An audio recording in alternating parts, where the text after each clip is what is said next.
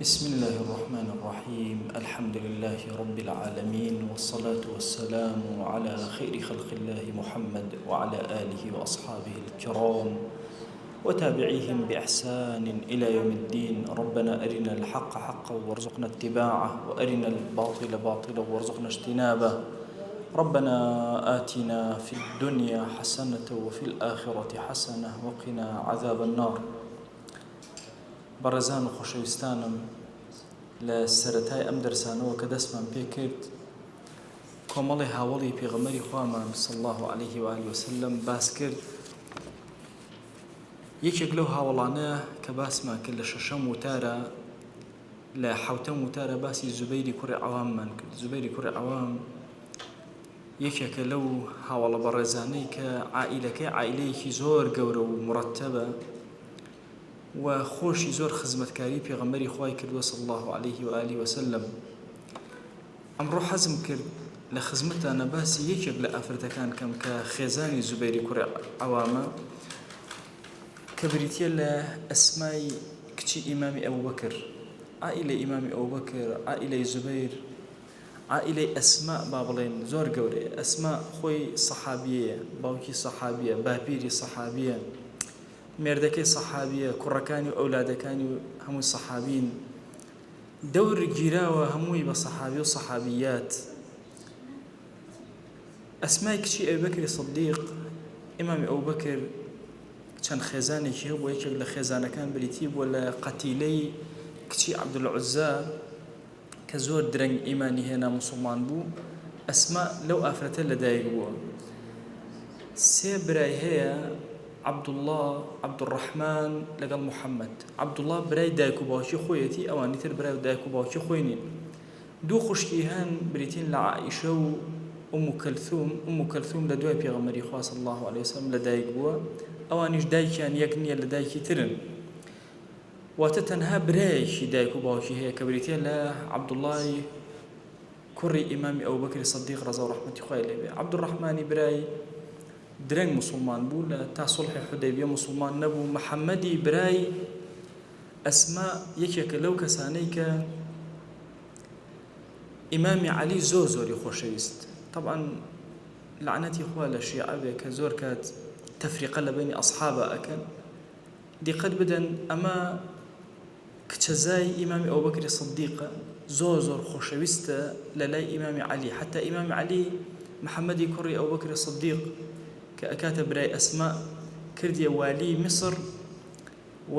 لەبەر حوبی زۆری بۆ ئیمامی عەلی و تەنازل نەکردنی لە ویلایەتی لە ساڵی 38 هیجریە شەهید کرا.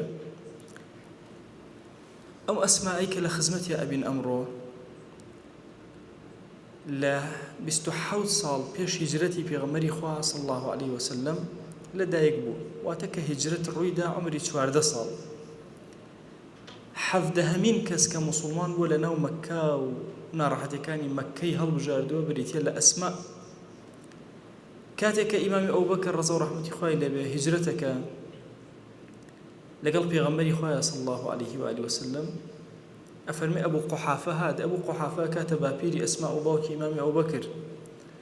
ئەڵێ هات، وتی هەرچی سەیرەکەم ئەم پیاوە هەرچی ماڵ و سەرۆت و سامانێتی بردوێتی حیچی وە بەجێ نەهێشتم. فعلەنیش وەها بوو. ئیمامی ئەبوبەکر خۆشی و ماڵەکەشی هەمووی برد، حیچی بۆ مناڵەکانی بەجێ نەهێشت.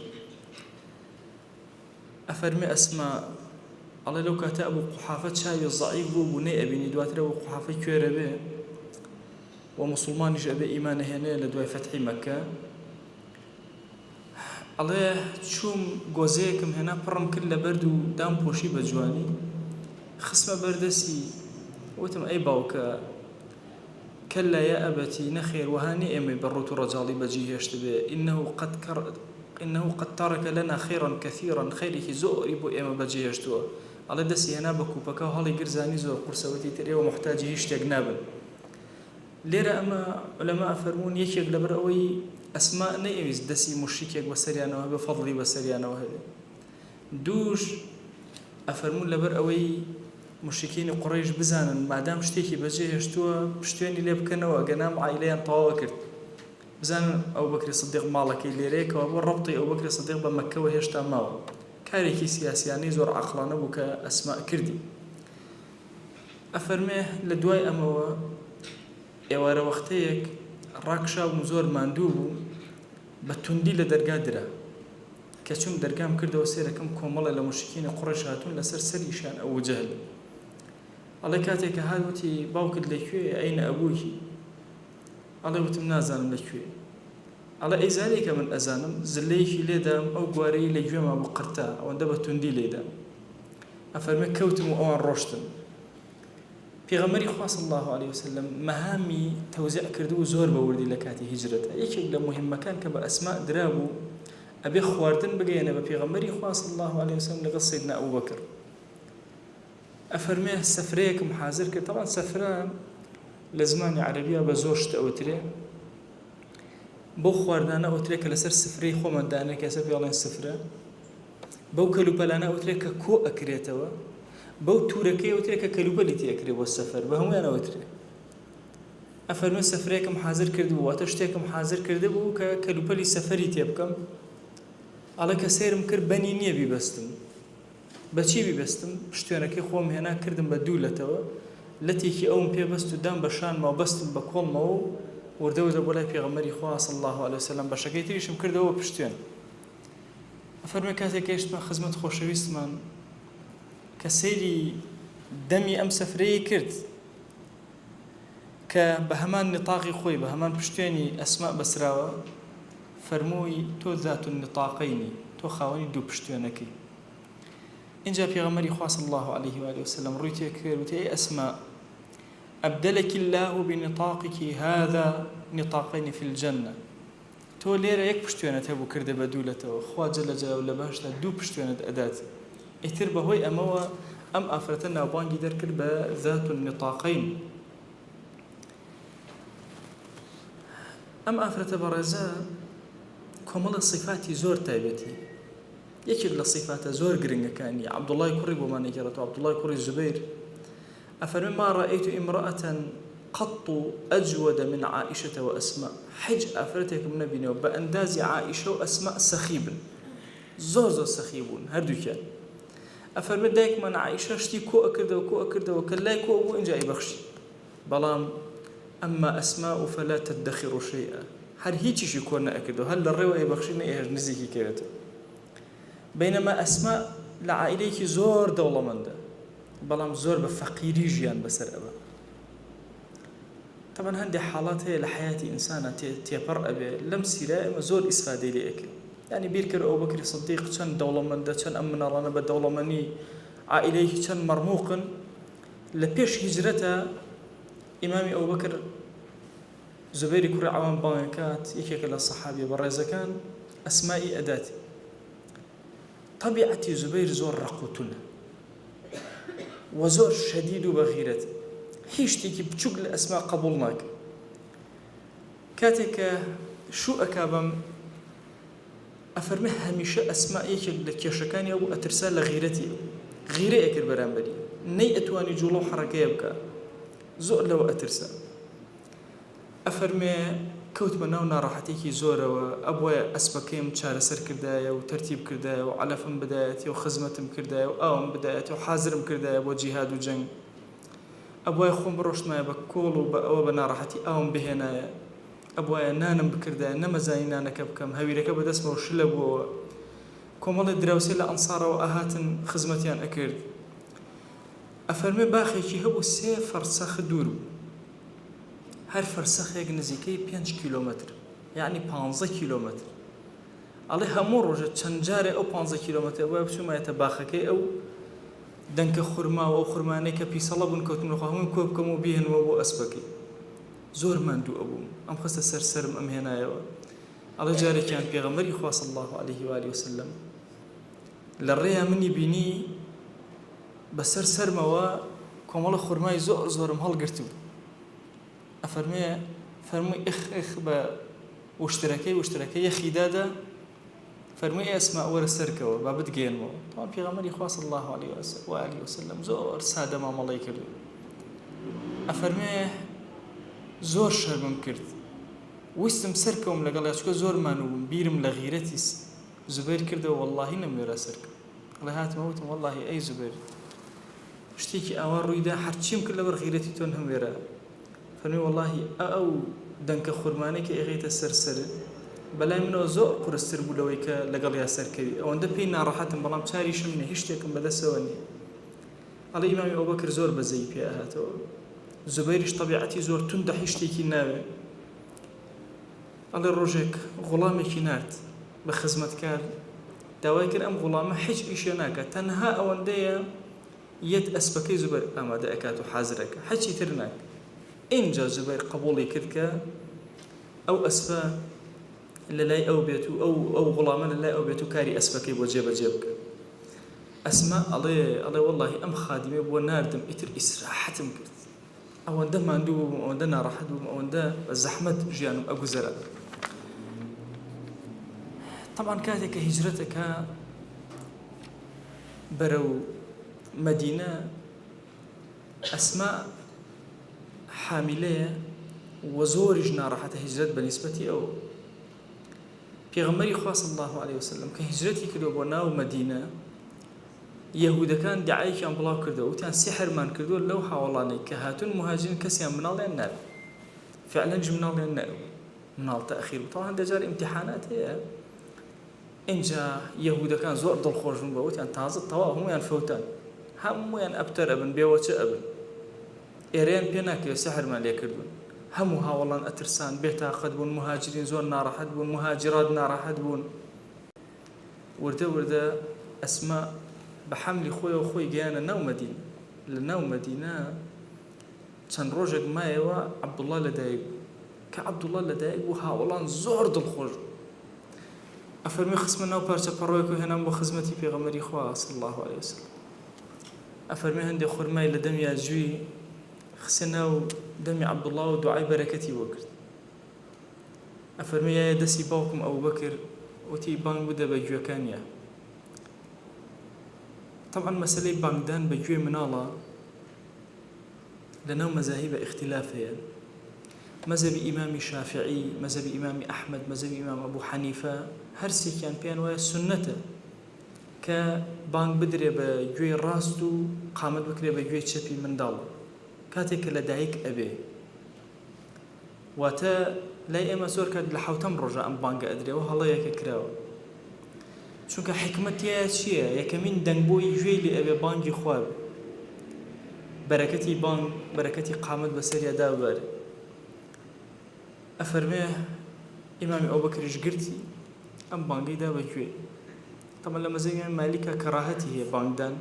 بە گوێ مناڵە پێچەوانەی ئەو سێ مەذهبەی ترە بەڵام سێ مەذهبەکەی تر واتە جمهوری عولەما لەسەر ئەوەن کە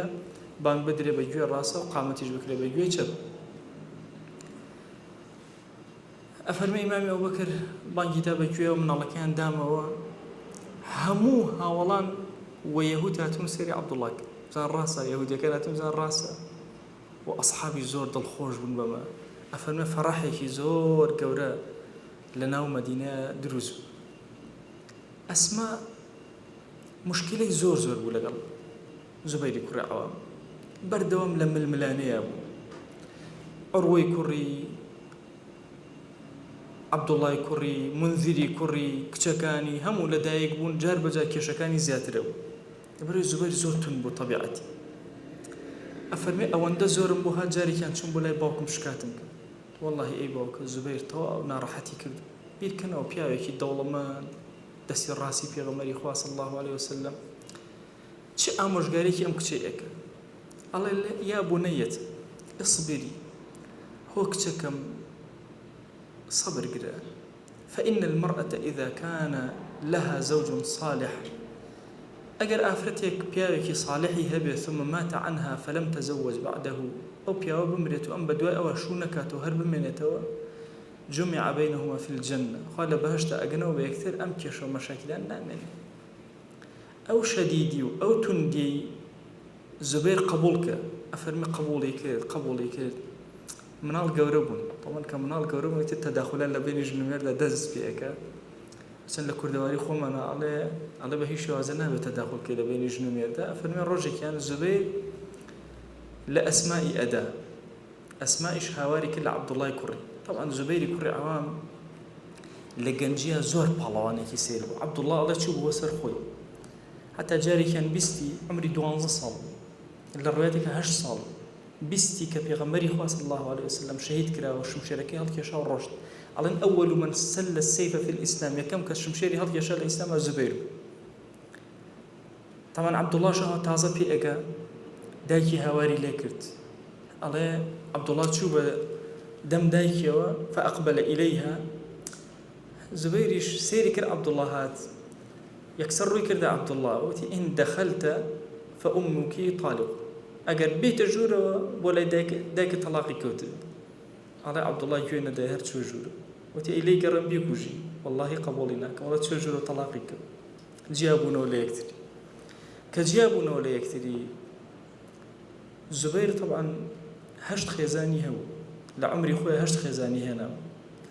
ئەفەرمێت لە دوای ئەم جارەوە ئیتر ئەسما نەگەڕایەوە بۆ لێ، بەڵام زوبەیر هەموو کاتێک هەرچی پێویست بووە بۆی ئەنارد. ئەسما لەگەڵ کوڕەکانیان وردە جار بەجار ئەولادەکان گەورەتر ئەبن پێ ئەگەن. عەبدوڵڵا پەروەردەیەکی زۆر سیر کرا لە بەردەم ئەم ئافرەتە، چونکە ئەم ئافرەتە مەشهورە بەوەی کە زۆر خواناز بوو.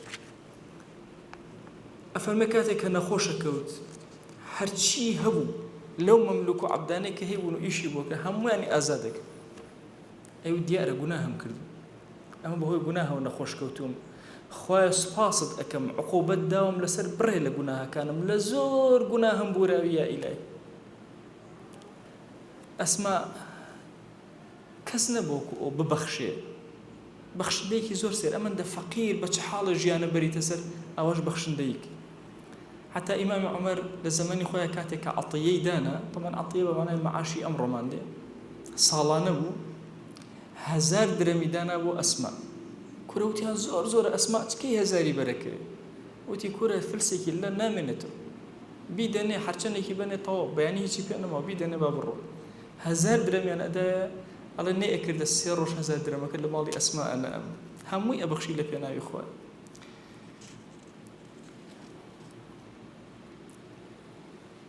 ئەسما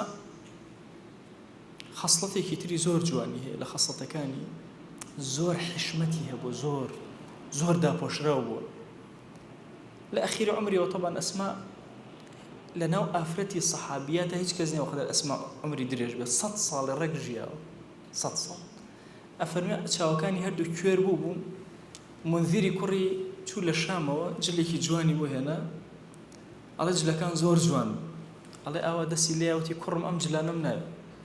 وتی بەخوا دایکە ئەو جلانە زۆر ئەستورن هێناوە، وتی ئەزانم ئەستورن، بەڵام لای سەریان تەسکە وەصفی لاشەی من ئەکە نامەوە. ئەڵێ منذیر ئەم جارە چوو جلێکی حەجمێ گەورەتری بۆ هێنا، اینجا قبوڵی کە، وتی ئەلەم جۆرە جلانەم ئەوانەی ترم ناوێت چونکە وەصفی لاشەی من ئەکەن. ئەڵێ لە ڕێوایەتێکە ئەو ئەدەبەی کە زوبەیر دایداوم قەت تەرکی ناکەم لە جلوبەرگ و پۆشاک و تون و تۆڵیە، مەلابیسەکانی زۆر تون و تۆڵ بوو. حتى لە ئەخیری عمریە سبحان الله لە باسی تەخۆ دینداری ئەفەرمێ ئەوەندە پیر بوو هەندێ جار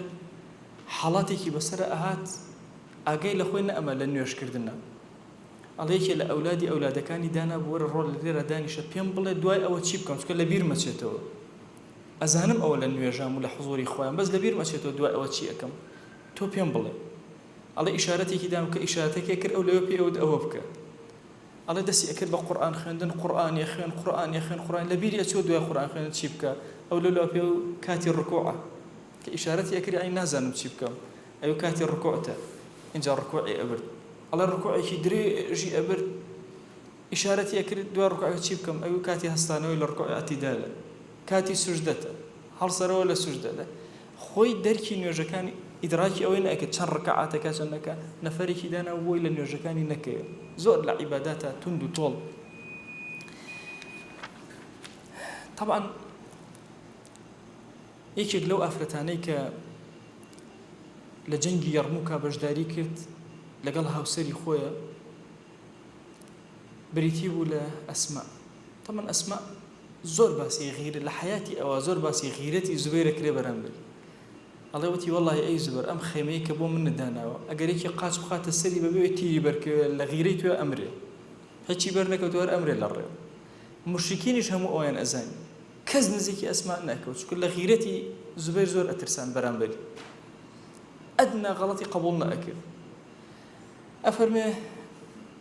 لە دوای ئەوە کە جیاژ بووبوونەوە هەموو کاتێک بە ئەولادەکانی ئەوت ئاگاتان لە زوبەیر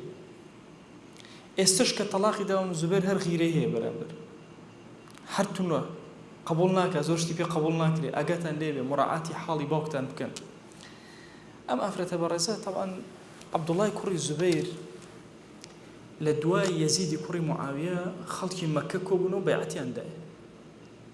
طبعا بيان أو تحب رسول الله وابن حب رسول الله خوي خوشويست الله في غمر إخوة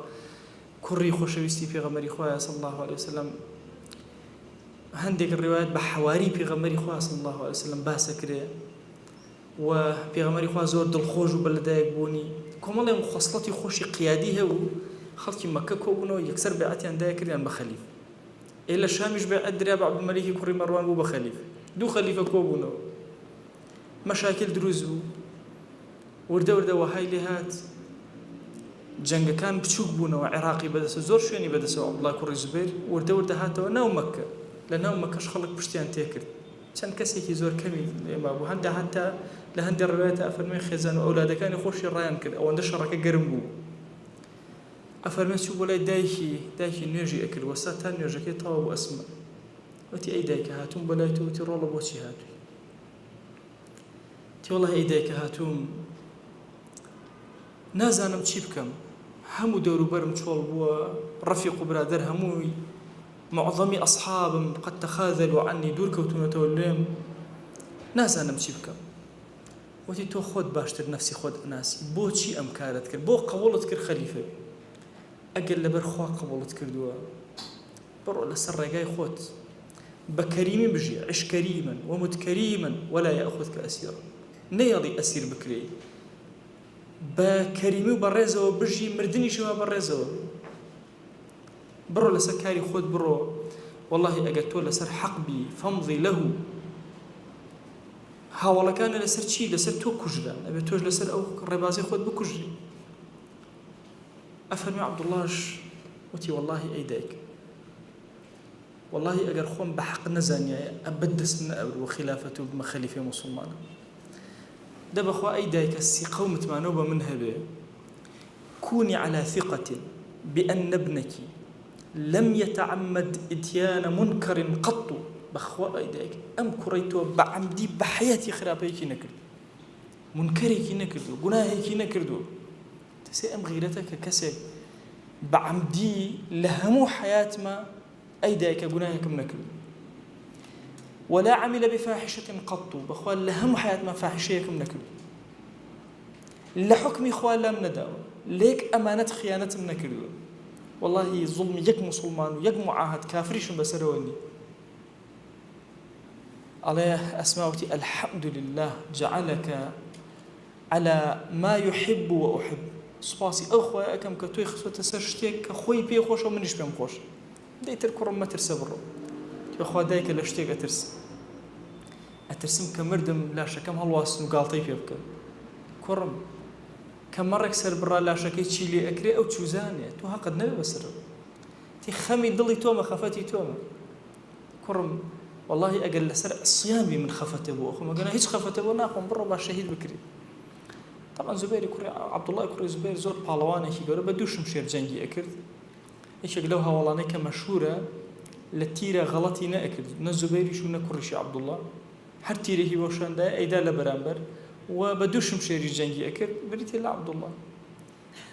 حتى عبد الله يكرر زبير أو ندلع شيء بخو بهز أفرمي جارك لافاو هلصا لافاو هلصا دوري كعبي قرت يكمين كس كتواني بيتي بملا بدوري كعبي طواف كأو ألوتي فرسته ما عبادتك كسبي ناكر حول شوط بدوري كعبة بملا طوافي كرت يكمين كز لم يجوا كطوافي كرت بملا بريتي له وزور صفات ومواصفات تري هي أفرميه شو جنگي كر تا شهيد كر كشهيد كرا خليفة مسلمان طبعا حجاج هالواسي لا شك هالواسي أو هيك خوي توقعي كر بركات دي خليفة مسلمان نامي كيبونات كأسماء رازيكة هەرچیت کردو ئەسما ڕازی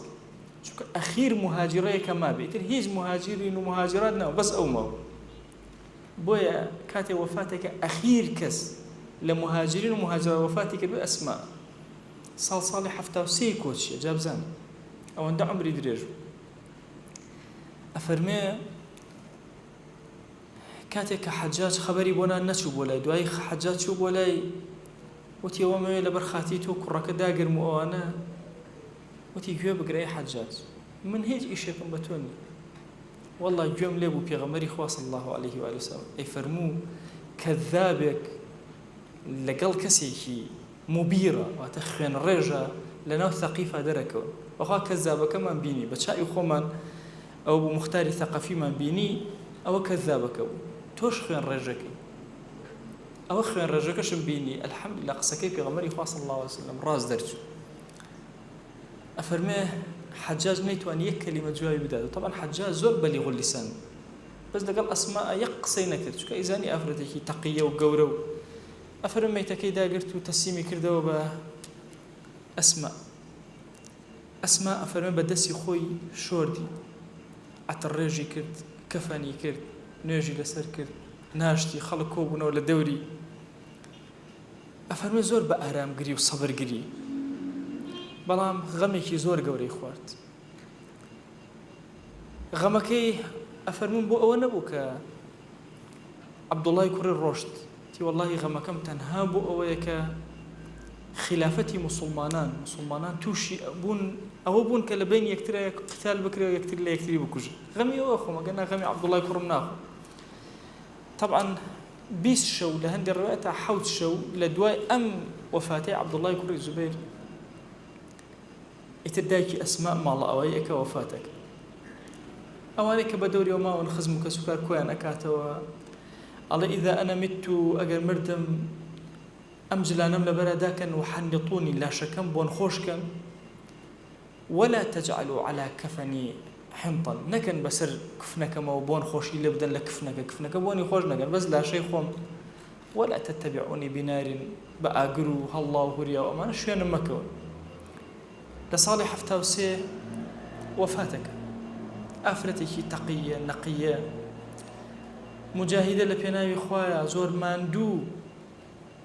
کۆتایی بە حیاتی دێ فەرمایشتی زۆری لە پێغەمبەری خوا صلی الله عليه و سلم ڕیوایەت کردووە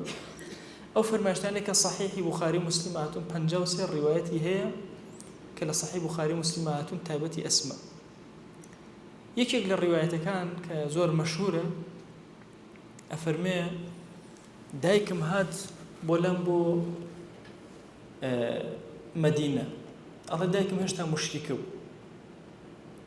ئەڵێ بە هیچ شێوازەیە نە سەلامم لێ کرد نە بە خێرهاتنم کرد نە هیچ شتێک چوومە خزمەت پێغەمبەری خوا صلی الله عليه وسلم یا رسول الله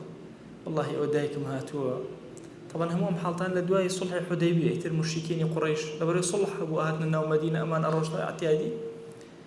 ئەوە دایکمە زۆر حەز ئەکەم سلێ ڕەحمی لەگەڵا جێبەجێکم ئەفە ئەصیل ئومی سلێ ڕەحمی لەگەڵا جێبەجێکم ئەڵێ پێغەمبەری خوا صلی الله عليه و آله وسلم فەرمووی نعم صلی ئومەکی بەڵێ بڕۆ سەردانی دایکت کە بڕۆ سلێ ڕەحمی لەگەڵا جێبەجێک تەسەوور کە طبعا دایک زۆر خۆشەویستە عائلەیەکن ئیمامی ئەوبەکر ئیمانی نهێناوە خێزانی ئیمانی نەهێناوە کوڕێکی ئیمانی نەهێناوە بەڵام لەگەڵ هەموو ئەمانەشە ئەم جۆرە عیلاقەت و پەیوەندی خزمەتی هەر نەپچڕاوە پرس ئەکا بە پێغەمبەری خوا صلی الله عليه وسلم چۆن بم لەگەڵ دایکما چی بکەم مشریکە بەڵێ بڕۆ سەردانی کە ئاموشەیکە طبعا ئەمە دەواازەیەکی زۆر گەورە لە فقها بۆ ئێمە ئەکاتەوە ئەویش ئەوەیە مامەڵەی ئێمە لەگەڵ مشریکێکی حەقیقیە چۆن سەردانی ئەکەین چۆن ڕێزی لێ ئەگرین حتا فەرمێن لە دوای ئەم حاڵەتە ئەسما هەدایای زۆر گەورەی ئەنەر بۆ دایک هەدیە بۆ نەر بۆی سەرنجی ڕاکێشە بەرەو دی هەدیە خۆی زۆر فەقیر بوو هەدیە ئەنەر بۆ دایک بۆی سەرنجی دایکی بێنە بەرەو لای ئاینەوە بۆی ئەمە یاسایەکی زۆر گەورەیە بۆ ئێمە ئایا ئێمە ئەکرێ مەسەلەن لەگەڵ مشریکا تێکەڵاویکەین سەردانیکەین ئامۆژویکەین ئایا ئەکرێ یا ناکرێ خزمەتێک هەیە ڕەفاقەت هەیە زۆر کات گەنج پرسیار ئەکەن مەوەسا مەسەلەن فڵانە ماڵ با بڵێن هاوارین یا فڵانە ماڵ یەزیدین یا بۆ شێوازە ئەوانە کە لە کوردستان تەواجودیان هەیە ئەم ئەکرێ لە خواردنیان بخۆین یا کەسێک شوبهە لە ناو خواردنیان هەیە ئەکرێ لە خواردنەکەی بخۆین یا نەخۆین. پێغەمبەری خوا صلی الله علیه وسلم لە ماڵی موشریکە نانی خواردو، لە ماڵی یەهودیە نانی خواردو، حتا مەسموم کرا لە ماڵی یەهودیە. بۆیە مەجالاتێکی گەورە لە شریعەتە لەم بابەتی مامەڵەکردنە لەگەڵ غێرە موسڵمانە بابەتێکی زۆر گەورە واسعە، مەجالاتێکی زۆر گەورەیە. ئایا سیلەی ڕەحم لەگەڵانە جێبەجێ ئەکرێ؟ بەڵێ سیلەی ڕەحمی لەگەڵانە جێبەجێ ئەکرێ. ڕەحمەت و بەزەی خوا بەسەر ئەسمائی کچی ئەوبەکری سیدیقا ببارێ. ئافرەتێک ئامادە بوو زۆر بە میحنەت ژیان بەرێتە سەر، لەژێر سێبەری پیاوێکی قورس تەبیعەتە بمێنێ. ئەلێرە ئێمە دەرسێکی گەورە وەرەگرین. ممکنە کەسێک صفاتەکانی سەحابە ئاسا بن، بەڵام غەیوورە تەبیعەتی لەگەڵ ئافرەتە نۆعێکی ترە. ئەسما دەرسێکی زۆر گەورەی بە ئێمە داوە چۆن مامەڵەکەی لەگەڵ هاوسەرەکەت لە خزمەت پێغەمبەری خوایە صلی الله علیه وسلم پێت بڵێ وەرە سەرکەوە غیرەتی مێردەکەت بتگێڕێتەوە، ماشە تەجاوز نەکەی بۆ ئەو حەدەی کە حەدی ئەزانی مێردەکەت تووڕە ئەکا یان غیرەی ئەجوڵێ بەرامبەرت. وە زۆر دەرس و پەندی تر لە حەیاتی ئەم گەورە ئافرەتە هەیە کە خۆی و دەوروبەری هەمووی بە چاوەکانیان پێغەمبەری خوایە صلی الله علیه و آله وسلم ئەبینی. خوای گیان داوات لێ ئەکەین ڕزوان و ڕەحمەت و بەرەکەتی خۆت بەسەر تەواوی هاوڵانی خۆشەویستە ببارێن. خوای گیان داوات لێ ئەکەین بە ناوی جوانت بە صفەتی بەرزە بە ئیسمی عەظەمت ئەم کەلیمات و بەڕەکەتانەی کە لە خزمەتیانە ئەبین، حەیاتی ئەم گەورانەی کە لە خزمەتیانە ئەبین بیکەرە چرایەکی ڕووناک بۆمان، دڵمان ڕۆشن کەرەوە پێی، ژیانمان ڕۆشن کەرەوە پێی، دامان مەزرێنە یا ئەکرەمە الئەکرەمین، بەزەیی بەسەرمانە ببارێنە یا ئەکرەمە الئەکرەمین. خوای داوات لێ ئەکەین بە ناوی جوانت بە صفەتی بەرزە بە ئیسمی عەظەمت لەسەر جەم گوناهەکانمان ببورە. گوناهێ بە ئاشکرا کردومانە عەفومان کە، گوناهێ بە پەنهان کردومانە عەفومان کە، گوناهێ نەمانزانی کردمان عەفومان کە، گوناهێ زانیمان و زیادە ڕەویمان کرد عەفومان کە. خوایە بەزەیی بەسەرمانە ببارێنە، لێ خۆشبوونی خۆت بەسەرمانە ببارێنە. یا ئیلاهی داوات لێ ئەکەین بە ناوی جوانت بە صفەتی بەرزە بە ئیسمی عەظەمت دڵمان دامەزێنە لەسەر خواناسی. یا ئیلاهی لێت ئەپاڕێنەوە لێت ئەلاڵێنەوە ئومەتی ئیسلامی لە ئازارێکی زۆر گەوران. یا ئیلاهی بستێکی ئەم سەرزەویە بەدەستمانەوە نییە. یا ئیلاهی لە نێوان خدعە و فێڵەکانی یەهود و نەسارا و مەجووسە گەوزاوین. یا ئیلاهی هانای زەلیلی و زەعیفی خۆمان بۆ لای تۆ بەرزەکەینەوە، بمانگێڕەوە سەر حکم و دەسەڵات، بمانگێڕەوە سەر ئەو سیاسەتە شەرعیی کە شریعەتەکەی تۆی پێبەرین بڕێوە، حکمی عیباد و بیلادی پێ بکەین یا رب العالمین. خوایە داوات لێ ئەکەین بە ناوی جوانت بە صفەتی بەرزە بە ئیسمی عەظەمت ئەگەر محتاجێکمان هەیە یا ئیلاهی بەخوا کەس نییە هانای بۆ بەرین لەم زەمەنی فیتنە و فەسادە تەنها تۆ نەبی. یا ئیلاهی گرفتەکانمان بۆ چارەسەرکە، حاجەیەکمان هەیە بۆمان جێبەجێکە، دەریاکانی خێر بەسەرمانە بکەرەوە، عەفو و عافیەتی خۆت بەسەرمانە ببارێنە. یا ئیلاهی داوات لێ ئەکەین بە ناوی جوان بە صفەتی بەرزە بە ئیسمی عەظەمت بە کەڕەمی خۆت لە بەهشتا هەموومان لە خزمەتی ئەم هاوڵانە کۆکەرەوە. یا ئیلاهی ئەم مەحروم بووین لێرە چاوەکانمان پێغەمبەری خوای نەبینیوە صلی الله علیه وسلم. یا ئیلاهی بمانگێڕە لەو کەسانەی بەسەری بەرزەوە لە ساحەی مەحشەرە ئەو خۆشەویستە ئەبینن، بمانگێڕە لەو کەسانەی کە لەگەڵ دەستی جەمعی ئەم هاوڵانە هەر هەموو لە ساحەی مەحشەرە پێکەوە لە سەفێکە ئەبین یا ئەکرەمە الئەکرەمین. خوای گیان داوات لێ ئەکەین بە ناوی جوانت بە صفەتی بەرزە بە ئیسمی عەظەمت بە کەڕەمی خۆت سەڵەواتی ئێمە بگەێنەوە دیداری پێغەمبەری خوا صلی الله علیه وسلم، سڵاوی ئێمە پێ بگەێنە، یەک ناومان لە خزمەتیا بێنە. یا ئیلاهی سڵاوی ئێمە بگەێنە بەم هاوڵە بەڕێزانە، یەک ناومان لە خزمەتیان نابێنە یا ئەکرەمە الئەکرەمین. خوایە داوات لێ ئەکەین ئارامی بەسەر دڵمانە ببارێنە، ئارامی بەسەر ماڵمانە ببارێنە، ئارامی بەسەر شارمانە ببارێنە، ئارامی بەسەر وڵات و نیشتیمانمانە ببارێنە، ئارامی بەسەر ئومەتی پێغەمبەری خوایە صلی الله علیه وسلم ببارێنە. یا ئیلاهی عەفو و عافیەتی خۆت بەسەرمانە ببارێنە، ڕەحمەت و کەڕەمی خۆت بەسەرمانە ببارێنە. تو گەورەی خۆت لەم دنیای دەرمان مەکە بە ئیمانەوە نەبێ، لەم دنیای دەرمان مەکە بە شایەتومانەوە نەبێ. یا ئیلاهی ئێمە لە مانگێکی زۆر پیرۆزە، مانگی مەولودین، يا إلهي داوان لي أكن برحمة وكرم خود من جرى لخوشويستكاني بيغمبري خوا صلى الله عليه وسلم خوشويستي أولى ظلمنا زياترك